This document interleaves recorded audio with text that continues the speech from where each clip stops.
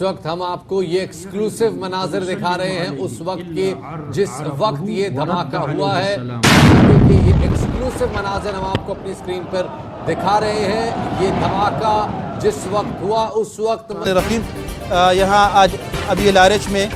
8 dead bodies جو لوگ شہید ہو چکے ہیں ان کی پہچان ہو چکی ہے اور یہاں ہمارے خدمت کے رضاکاروں نے اسپتال انتظامیہ کے ساتھ مل کر ان شہید اور ڈیڈ باڈیز کی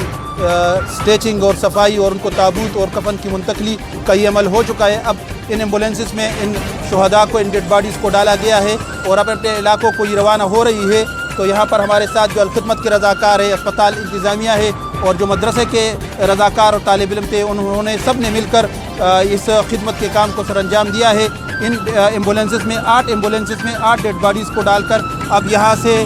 جو پروسیس تھا اسپتال کی طرف سے وہ مکمل ہو چکا ہے اور یہ اپنے اپنے آبائی علاقوں اور گھروں تک ان ڈیڈ باڈیز کی منتقلی کا عمل شروع ہو چکا ہے. تو انشاءاللہ اب کچھ وقت میں یہ ایمبولینسز روانہ ہو جائیں گے اور ہم ہر ایمبولینسز کے ساتھ ہمارے رضاکار پھر ان کے گھروں تک منتقلی کے اس عمل میں بھی شریک ہوں گے.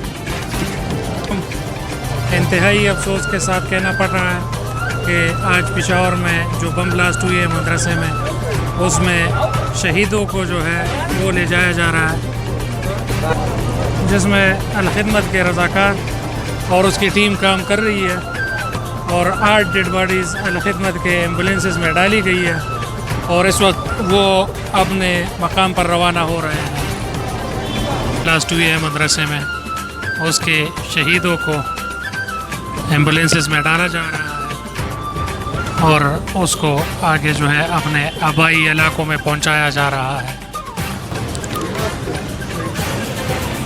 تمام شہیدوں کے ورثاء جو ہے وہ انتظار کر رہے ہیں اور ابھی الخدمت کے ایمبولینسز اور الخدمت کے رضاکار ان کو اپنے اپنے علاقے میں پہنچائیں گے.